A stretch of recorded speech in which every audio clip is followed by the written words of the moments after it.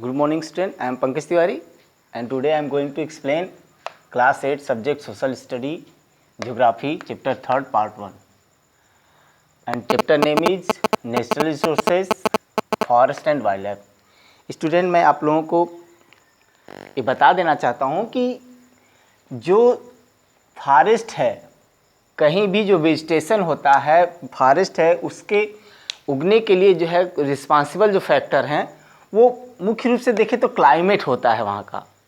वहाँ का क्लाइमेट होता है कि सनलाइट का ड्यूरेशन कितना है वहाँ, और उस सनलाइट के ड्यूरेशन के बाद वहाँ किस तरीके का रेनफॉल होता है। अगर सनलाइट का ड्यूरेशन ज़्यादा होगा, रेनफॉल कम होगा तो वेजिटेशन बहुत ज़्यादा नहीं उगेंगे, और जब सनलाइट भी ज़्यादा होता है और रेनफॉल भी हैवी होता है तो इस कंडीशन में उस एरिया में फॉरेस्ट थिक होंगे, थिक फॉरेस्ट होते हैं। और जब सीजनल होता है कि एक विशेष सीज़न में ही जब रेनफॉल होता है और सनलाइट ज़्यादा होता है तो एक विशेष मौसम में ही पौधे उगते हैं और एक विशेष मौसम में पौधे अपने पत्ते गिरा भी देते हैं। तो ये वहाँ के क्लाइमेट पर डिपेंड करता है कि किसी एक विशेष एरिया में किस प्रकार का वेजिटेशन पाया जाता है। ये वेजिटेशन वहाँ के जो क्लाइमेट है वहाँ का, सनलाइट और रेनफॉल उस पर डिपेंड करता है, और कुछ साल का जो नेचर होता है, एल्टीट्यूड होता है, वो भी डिपेंड करता है।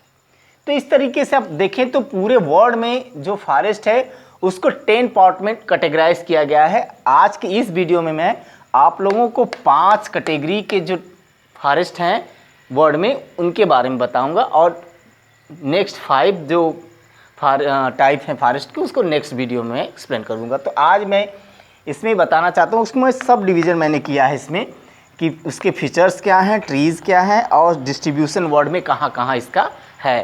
तो इस तरह मैं बताना चाहता हूँ कि जो एवरग्रीन फॉरेस्ट है, एवरग्रीन फॉरेस्ट एक हैवी रेनफॉल एरिया में जो है उगता है, क्योंकि ये क्या है, इक्वेटर के पास का एरिया होता है। इक्वेटर के पास होने के कारण वहाँ सनलाइट का जो है ड्यूरेशन सबसे ज़्यादा होता है, और इसके अलावा जो है टेम्परेचर हाई होने के कारण वहाँ रेनफॉल भी बहुत ज़्यादा होता है, जिसके कारण क्या होता है, थिक और डेंसली कवर्ड जो है फॉरेस्ट पाए जाते हैं, डेंसली कवर्ड एवरग्रीन फॉरेस्ट पाए जाते हैं। और इतने जो है डेंसली होते हैं कि पौधों के ऊपर लताएं ढकी हुई होती हैं। पौधों के ऊपर लताएं जब ढकी हुई होती हैं तो सूर्य का प्रकाश ज़मीन तक नहीं पहुंच पाता है, इतना ज़्यादा घना जंगल पाया जाता है, इतना थिक फॉरेस्ट वहाँ पाए जाते हैं। तो इस तरीके से है। और अब इस एरिया में देखें तो जैसा कहा है कि एवरग्रीन फॉरेस्ट होते हैं, तो एवरग्रीन टाइप के जो है पौधे वहाँ पाए जाते हैं कि पूरे वर्ष जो है हरे भरे होते हैं, किसी भी विशेष मौसम में अपने पत्ते नहीं गिराते, पूरे वर्ष भर जो है हरे भरे होते हैं। तो इस तरीके से देखें तो वहाँ मुख्य रूप से महोगनी, रोजवुड और सिनकोना के पौधे वहाँ मुख्य रूप से पाए जाते हैं, जो कि बहुत ताल होते हैं, बहुत लंबे लंबे पेड़ होते हैं जिन पर जो है लताएं ढकी होती हैं।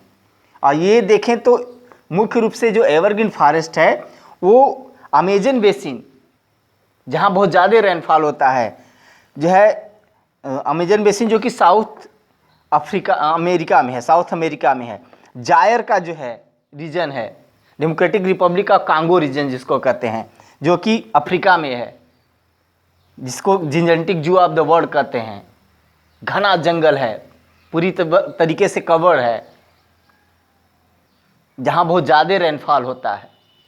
इसी तरह देखें तो मलेशिया है, साउथ ईस्ट एशिया है, जहाँ इस प्रकार के जो है पौधे पाए जाते हैं। फिर बात करते हैं ट्रॉपिकल मानसून फॉरेस्ट की। तो ट्रॉपिकल मानसून फॉरेस्ट की बात करते हैं तो ट्रॉपिकल मानसून फॉरेस्ट जो है ट्रॉपिकल एरिया में उगता है, ट्रॉपिकल एरिया में उगता है, और यहाँ जो है मानसून टाइप का क्लाइमेट होता है। मानसून टाइप का क्लाइमेट का मतलब ये है कि जो है मानसून रेन पर डिपेंड होता है, मानसून रेन पर डिपेंड होता है। जब मानसून बारिश होता है तो यहाँ पौधे हरे भरे होते हैं, और जैसे ही मानसून जो है चला जाता है, सीजनल मानसून होता है, तो क्या है वो पौधे अपने पत्ते गिरा देते हैं, डेसीडस टाइप के होते हैं, सीजनल रेनफॉल पर डिपेंड करते हैं और ये सीजनल रेनफॉल यहाँ के फॉरेस्ट को जो है प्रभावित करता है। और जैसे ही रेनफॉल समाप्त होता है कि पौधे अपने पत्ते गिराना प्रारंभ कर देते हैं कि जो है वो अपने आप को वहाँ सर्वाइव कर सकें। इस तरीके से है। और फॉरेस्ट जो है यहाँ के जो फॉरेस्ट होते हैं ट्रॉपिकल मानसून फॉरेस्ट, उनके जो लकड़ियाँ उनकी हैं, फॉरेस्ट की लकड़ियाँ वो बहुत वैल्यूएबल होती हैं, कमर्शियल पर्पज़ से बहुत वैल्यूएबल होती हैं। तो इसमें मुख्य रूप से साल, देवदार, बम्बू, यूकलिप्टस, सैंडलवुड और एकासिया टाइप के जो है पौधे यहाँ ज़्यादा उगते हैं। जैसे मैंने बताया आपको कि ये कमर्शियल पर्पज़ के लिए बहुत ही जो है अच्छे होते हैं, तो इस तरीके से ये इस प्रकार के पौधे वहाँ उगते हैं। इसके बाद बात करते हैं तो ये मुख्य रूप से जो है इसका डिस्ट्रीब्यूशन इंडिया में, पाकिस्तान, श्रीलंका,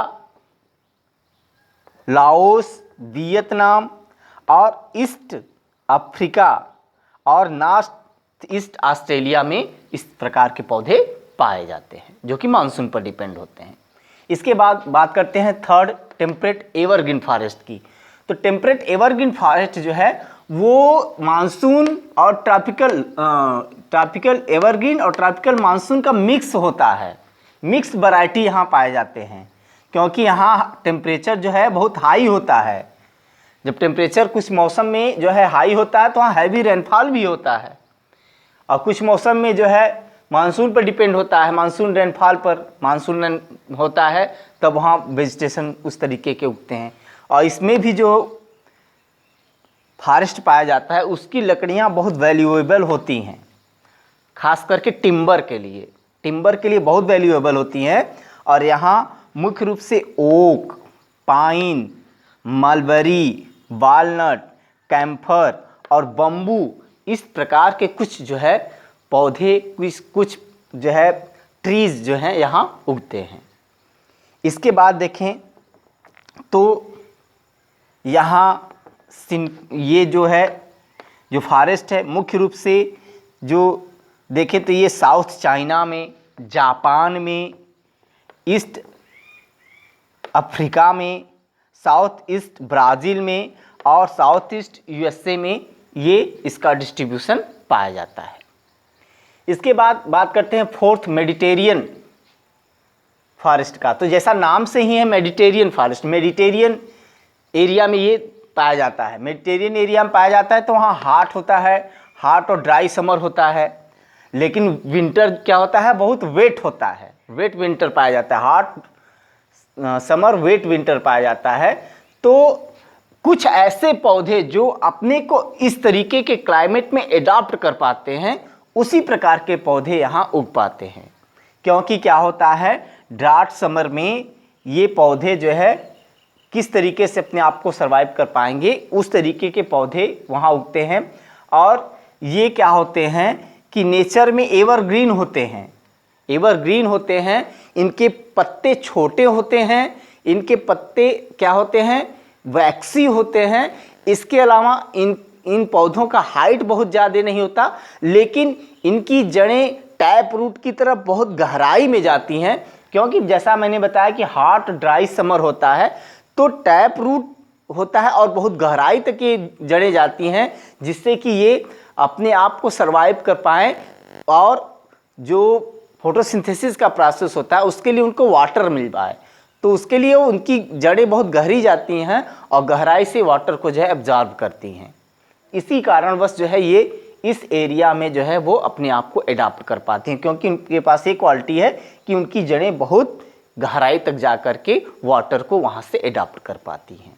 इसके बाद बात करते हैं तो ये यहाँ मुख्य रूप से olive, cider, pine, citrus fruit में मुख्य रूप से जो है फ्रूट है, लेमन हो गया, इसके अलावा ऑरेंजेज, इस प्रकार के जो है पौधे यहाँ उगते हैं। इस प्रकार के जो है पौधे बहुत ज़्यादा हाइट जिसका ना हो, मीडियम हाइट के होते हैं, ये यहाँ उग पाते हैं। इसके बाद बात करते हैं तो जैसा कि मैंने बताया कि मेडिटेरियन सी का एरिया है, ये मेडिटेरियन सी के एरिया में ये पाया जाता है।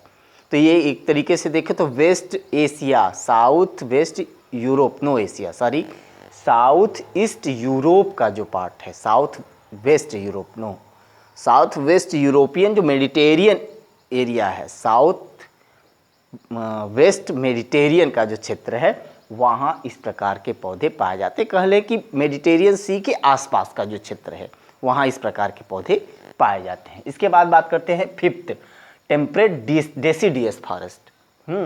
तो जैसा नाम से ही है, टेम्परेट शीतोष्ण और डेसिडियस पतझड़ वाले।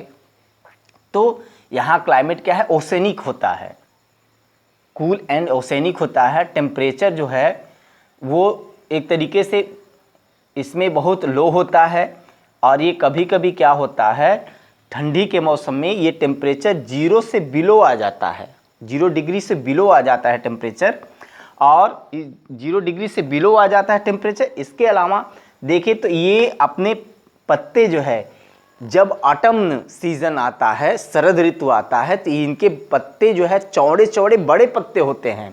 लेकिन जैसे ही ऑटम सीज़न आता है, टेम्परेचर कम होता है, तो ये क्या करते हैं, अपने पत्ते जो है ये गिरा देते हैं, पौधे अपने पत्ते गिरा देते हैं। और ये देखें तो इसमें डगलस, मैपल, एस, बर्च, इस तरीके के कुछ महत्वपूर्ण जो वैरायटीज़ होते हैं फॉरेस्ट के या पौधों के, वहीं इस एरिया में उग पाते हैं। तो इस तरीके से स्टूडेंट, मैं आप लोगों को natural resources, forest and wild life में जो है types of forest in world में आप लोगों को 5 टाइप्स के फॉरेस्ट के बारे में मैं, जिसमें tropical evergreen, tropical monsoon, temperate evergreen, Mediterranean forest और टेम्परेट डेसिडियस फॉरेस्ट, इन 5 के बारे में मैंने आप लोगों को बता दिया। इसके बाद अगली वीडियो में जो बचे 5 प्रकार के और फॉरेस्ट वर्ल्ड में पाए जाते हैं, उनके बारे में मैं आपको नेक्स्ट वीडियो में जो है इन्फॉर्मेशन प्रोवाइड कराऊंगा, एक्सप्लेन करूंगा। आज के लिए इतना ही, दैट्स ऑल।